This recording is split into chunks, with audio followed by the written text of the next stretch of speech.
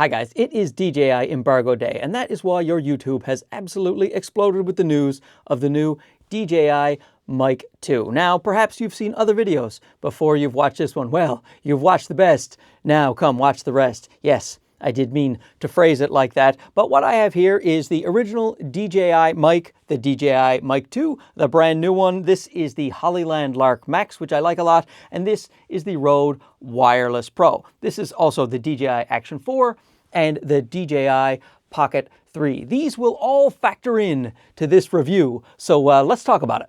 Oh, my iPhone factors in as well.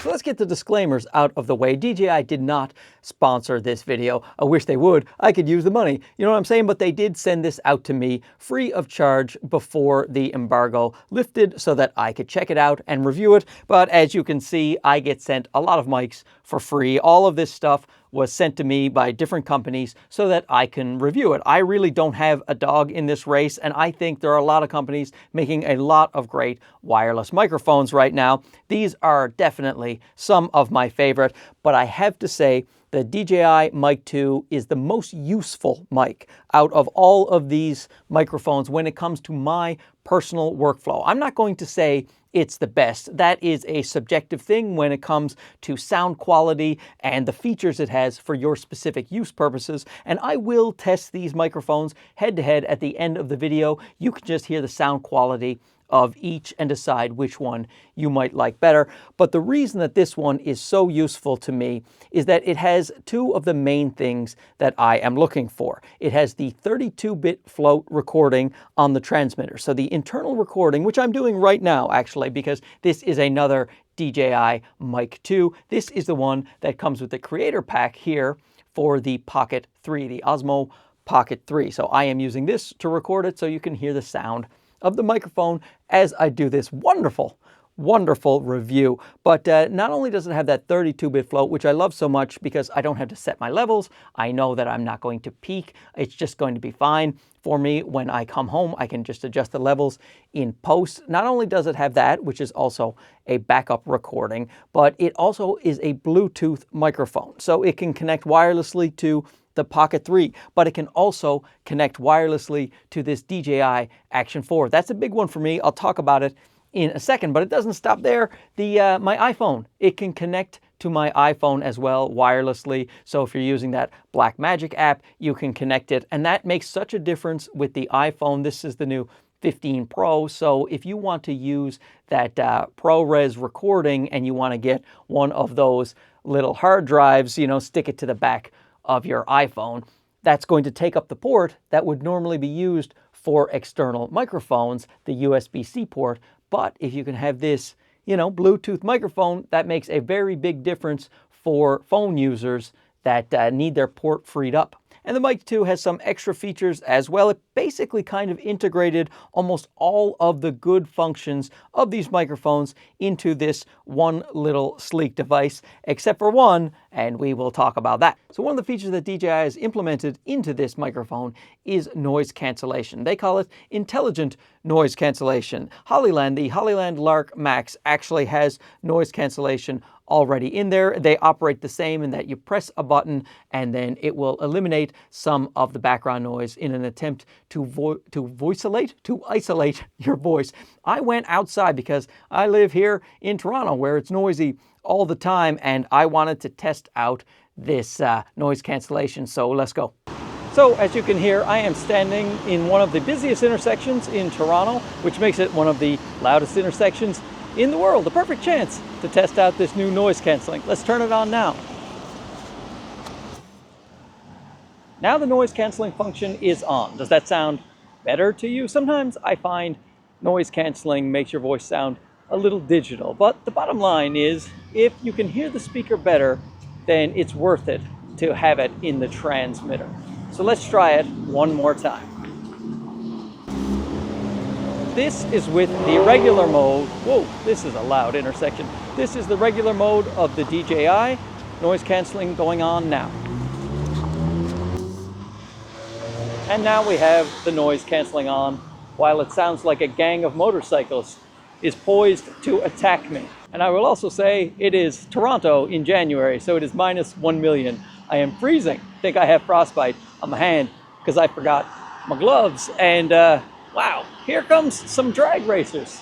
See, perfect. This is why you tune in to watch Camera Crisis right here. But I do this for you people and for science and the ad revenue from YouTube, mostly the YouTube ad revenue. Now, I will say that I absolutely love that this is a Bluetooth transmitter going right here to the Action 4, a very small setup. Not many people are staring at me, and if they are, it's probably because I am so gorgeous, because you can't really notice this. This is quite inconspicuous. I like it. So I can, do the Bluetooth to this, to the Pocket 3, to a cell phone. I mean, that's just really great, and that Bluetooth feature sells this mic a lot for me. Look at this, nice smooth footage, just no wires. And also I'm recording this to the internal 32-bit float recording as well. So I have a backup in case something happens to this audio. Maybe I peak it somehow. Look at this, a backup.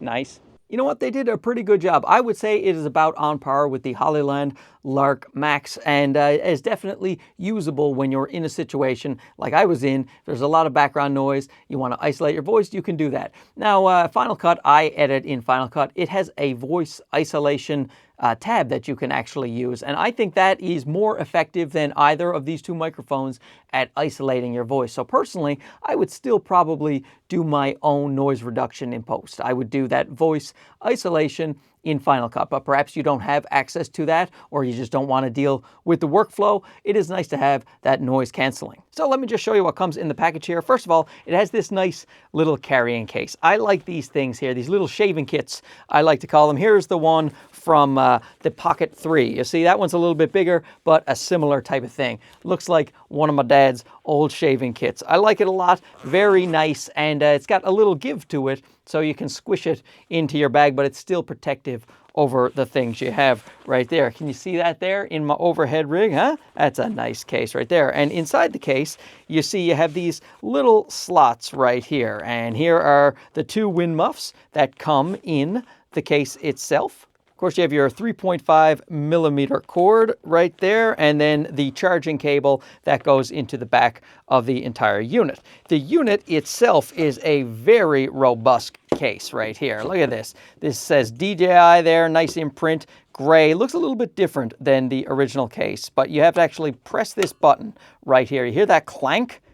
Like boom, like that is a solid case right there. So you press this button and it opens up, and there are your two transmitters and your receiver right there. The reason only one is lighting up is because I have the other one connected to the Action 4. We'll talk about that in a minute, but you pull out the two transmitters, and right here what you have, of course, are magnets, and DJI likes to brand their magnets, so very, very strong magnets. Of course, it has the clip as well, but the magnets, I use those a lot. I'll just clip them to my shirt and use the magnet. A lot of times I will use the magnet on the outside and the transmitter on the inside. There is also a lavalier mic now, a DJI lavalier mic that you can plug in to the 3.5 millimeter jack right there and use the lav. We'll test that out as well at the end. You see these blinking lights right here? This means it's connected to a Bluetooth device because it's blue. This green right here means it is connected to the actual receiver, and when you press the button once, you will get that yellow light that is the noise canceling. So you can turn that off, and you can use it to link up to, whatever device you want to use. It's very easy to do. DJI make their stuff pretty easy to use. And if you want to connect the receiver right here, you can use this. This one is the Apple Lightning port, and this one here is a USB-C port. And these are great because just on the back here, this thing slides off, and then you can slide these things in right here, a little arrow telling you which way to go. And when you want to attach to your phone, you just plug it in right there like that. And that way it's nice and secure, and you don't have to worry about wires dangling. You don't have to jimmy up some kind of rig. It was the same thing with the last DJI mic. I thought that was very clever. And if you're a mobile user, tablets, phones, things like that, that's why I always recommended the DJI over the other microphones, because of that little system there. Now, you may have already noticed it has a scroll wheel right here, which is great. A lot of people were asking for that. I like the way that Hollyland did that on their microphone, so I'm glad to see it here on the DJI. Now, of course, the touchscreen still works. You swipe down and you can just move things around with the wheel. And so you get more assurance when you are clicking your settings and you want to make, some very minor specific adjustments. You don't have to just fumble around with your finger. You can choose mono, stereo, safety track, the same as you would expect on the DJI. This is kind of cool here. Recommended camera settings. So you can actually click on the brand of camera. So say you wanted to do a Sony or a Canon, Nikon, Panasonic, and they are continuing to update that. So right now, if you wanted to go with the Sony, let's say, what am I using? I am using the FX30. Is that there? Where's the FX30? Oh, there it is. And now when I come out of this mode, you'll see, I don't know if you can see it there, but it says +9 because that is what DJI recommends the transmitter have, a +9 dB, so that you can put your preamp on your FX30 at 1 and then your volume should come out just right. I think that is kind of cool. If you go into transmitter settings, you have low cut, you have the transmitter gain. This is where you turn the 32-bit float on, and that is definitely what you want to do.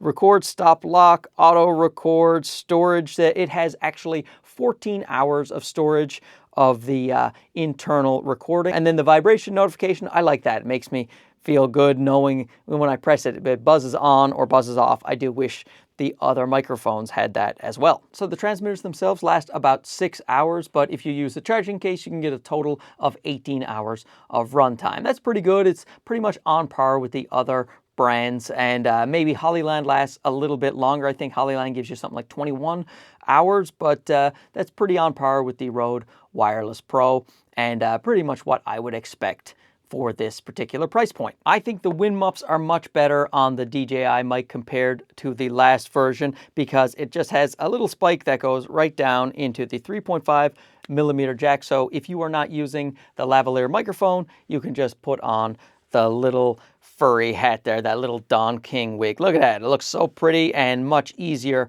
to put on than the last one. With the other DJI mic, I was just pinching and twisting, and sometimes I wouldn't get that on right. So let's do a comparison, actually, of the old one versus the new one. So the new one is a bit shorter, but it is longer, as you can see right there. So it's a little bit lower, but it's also a little bit longer to accommodate that jog wheel. They both weigh about the same. When it comes to the transmitters, these are the old ones and these are the new ones, and they're pretty similar in size. The new ones are a tiny bit more chunky, and they all have magnets. All the magnets are trying to attach to each other. Stop it. But you see, they're still pretty comparable in size. But what is definitely a discrepancy in size is the charging case. As you can see right there, the new one is quite a bit bigger than the old one and a nice bit heavier as well. It also has this locking mechanism, and the other one it didn't, so it could just flop open. I think that is smart to have the locking so it doesn't just fall open in your bag if you don't have it in the carrying case. But this one did have to be a bit bigger because the receiver itself is longer in the DJI, the new one, and also these guys are a little bit chunkier, so you do have a larger case that houses them. I must say I prefer the old one in terms of its feel and its size. I just really liked how small and compact and light it was, but all of these new features, I will take that trade-off to have this heavier case that has a bit more girth and width to it. When you compare the size to the Rode Wireless Go, you see the DJI is a much smaller footprint, and I prefer the styling of the DJI. They still have their logos all over all of them, even though people have been asking for more subtle logos. Nobody wants to give that. They want to show their logo, and you know what? Hey, I don't mind it so much. Usually I am tucking these things away anyway, either using the magnet and keeping the actual transmitter behind my shirt, or my preferred way is to use a lavalier. There's a 3.5mm plugged in. That's what I always do with these Rodes, and the Rodes actually have a locking mechanism.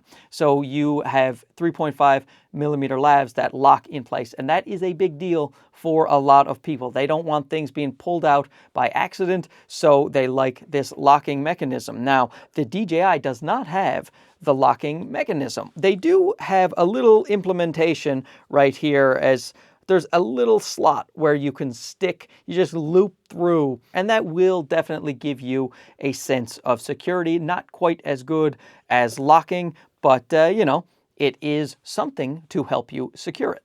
And the charging cases are quite different. The Rode has this one right here, and the DJI has this. Actually, the Rode, all of the accessories are in a matching cute little case. So these two things are the only things you need to take for the Rode. Whereas the DJI, you stick it all in this bag. So this bag versus these two things. You know, it's up to you which you think is more convenient. Now we have the Hollyland right here, and once again the DJI is definitely a little bit smaller. These are much more comparable in size than the Rode Wireless Go, and I do like the Hollyland styling quite a bit. This is the Hollyland case right here versus the DJI case. Once again, pretty similar in size, and the Hollyland has a carrying case that is somewhat similar to DJI's entire carrying case. This is the one from Hollyland, and this is the one from DJI. The Hollyland one is a little more of a hard shell case, and the DJI is definitely softer. So this one will probably protect your stuff better, but this one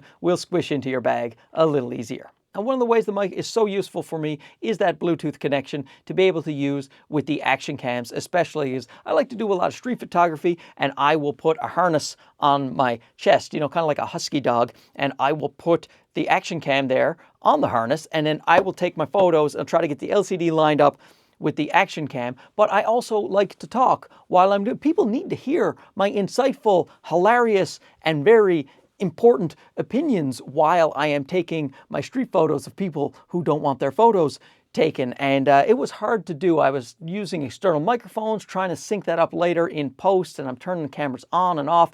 That was difficult to do, but with this, no problem at all. Let me just turn on my Action 4 right here. Nice little charm. The Action 4 is on, and now if I just turn on the power of this guy, it's already Bluetooth, and you will see it says wireless connected transmitter and 100% battery. It also tells you the battery life. And now it has a little green line. See, you can see the green line telling you if you are going too loud, which I am because I'm talking too close into the microphone. And that little bar lets you know it's on. Now, if I power it off right here, then it tells me the transmitter was disconnected. It is just so dead simple to use. You just have to press the Bluetooth link button and you are good to go. You can use it with your phone. You can use it with the Action, not the Action, but the Pocket 3 as well right here, because that is how this all started. This one is normally connected to this one, but I'm using it for this video.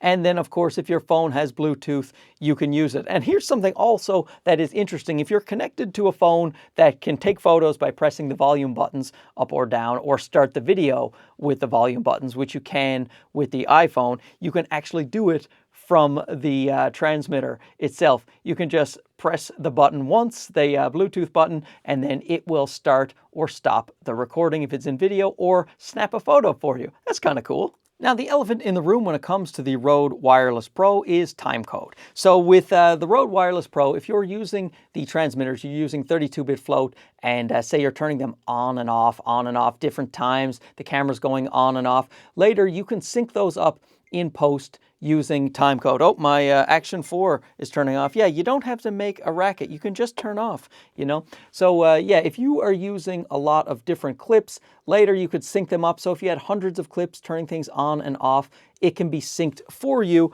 with a program. Whereas with the DJI, you're just going to have to do that yourself. You're going to have to sync them up in post later. If you're planning to just use these as standalone recorders, then that can get very complicated. So depending on who you are, if you're a professional who likes a time code workflow, then you know, that will really sway you to the Rode Wireless Pro. But I think the majority of people still buying these types of systems don't really need time code or would use time code. I've only used it once since I have had the Rode. It was convenient to have it when I did need it, but it's only been once out of many, many use times. So for me, if I have to choose, I would rather take the Bluetooth functionality of the DJI versus the timecode functionality of the Rode. And another problem I have with the Rode, and this is a specific to me problem, I think. I have a nasally, loud, explosive voice at times, and I don't know why, but I peak a lot of microphones at the mic level. So even if it's a 32-bit float, if you blow out a microphone, if you peak it at the mic level, you're still going to get distorted audio. And I find Rode microphones that most of them are quite sensitive, at least to my voice. So I tend to peak them. So sometimes I will still get, peaking on my Rode Wireless Pros, even though it has 32-bit float, because I am peaking at the mic level. With the DJI, I find they are more forgiving to my terrible voice. Now, as promised, I will do a sound test with these microphones. I will do them head to head, and I will say the same factual statement, and you can tell me down below which one you think sounds better. Mark Bennett is as handsome as he is intelligent, which is very. Mark Bennett is as handsome as he is intelligent, which is very. Mark Bennett is as intelligent as he is handsome, which is very. This is the sound coming out of the DJI Mic 2. This is the sound coming out of the Rode Wireless Pro. This is the sound coming out of the Hollyland Lark Max. So now let's compare the lavalier microphone as opposed to the transmitter itself. I'm going to try to keep them at about the same level. What you're hearing right now is, of course, just the transmitter. And this is the sound of DJI's new lavalier microphone. I find usually lavs sacrifice a little bit of quality compared to the actual transmitter itself, but I am willing to sacrifice that quality so that I can have a much more subtle system. And what's really cool about this DJI mic, I love this. Look at this. You can just turn this thing right here. So when you're trying to clip it to your shirt, you can just turn it whichever way you want. And I love that so much. There are so many times I'm just trying to get those little pinchy things in to the right spot. But this one, nice and smooth. Well done, DJI. Very thoughtful. So for me, with my workflow, the DJI Mic 2 is going to be the most useful microphone, especially because I like to use the action cams. I like to use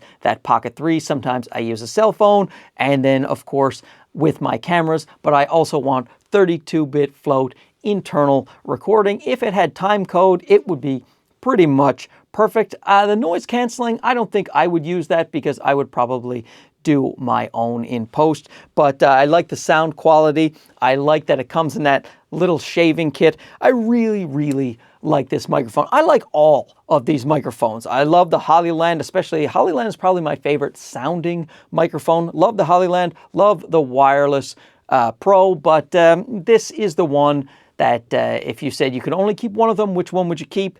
This is the one that I would keep. Not because it is the latest and greatest, it just has the right combination of things for me at the moment. So tell me down below what type of microphone system you are interested in. Does this one float your boat? If not, why is that? And then we'll have a nice little discussion about it. Talk to you again soon. Thanks for watching this. Okay, bye-bye.